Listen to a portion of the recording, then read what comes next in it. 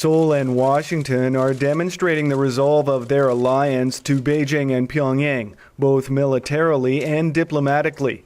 Admiral Mike Mullen, the U.S. chairman of the Joint Chiefs of Staff, met with his South Korean counterpart to discuss regional tensions. A joint statement said the two sides agreed to hold more joint military exercises in the future. A South Korean island village was destroyed November 23rd by North Korean artillery shells, an incident Pyongyang said was provoked by South Korean drills in the area. An American aircraft carrier then soon headed to the Yellow Sea for exercises with South Korean forces, stoking tensions. China has proposed an emergency session of the delegates to the six-party talks.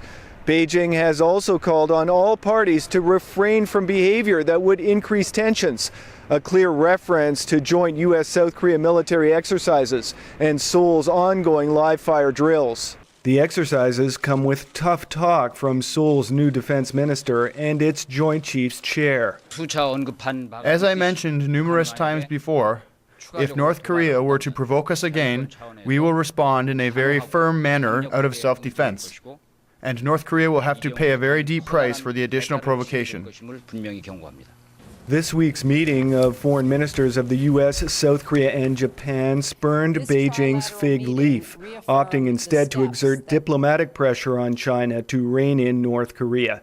The U.S. military also sought to lean on Beijing. I do not believe we should continue to reward that behavior with bargaining or new incentives. China has unique influence, therefore they bear unique responsibility. U.S. President Barack Obama courted China's influence with North Korea Monday in a phone call to his Chinese counterpart Hu Jintao, something analysts see as the beginning of a new trend. Obama, the president of the United States, had to patiently wait a couple of days, not hours, just a couple of days, to finally make a phone call to Beijing. And when he was finally allowed to make that phone call, all he could really do is to plea with China to help essentially US foreign policy out. This is a major indication of the former superpower, or arguably a unilateral power for some time, really sliding. As South Korea continued with its live-fire drills at dozens of locations surrounding the Korean peninsula, artillery fire was heard coming from North Korean territory near the disputed maritime region, as tension on the Korean peninsula remains high. Frank Smith, Press TV, Seoul.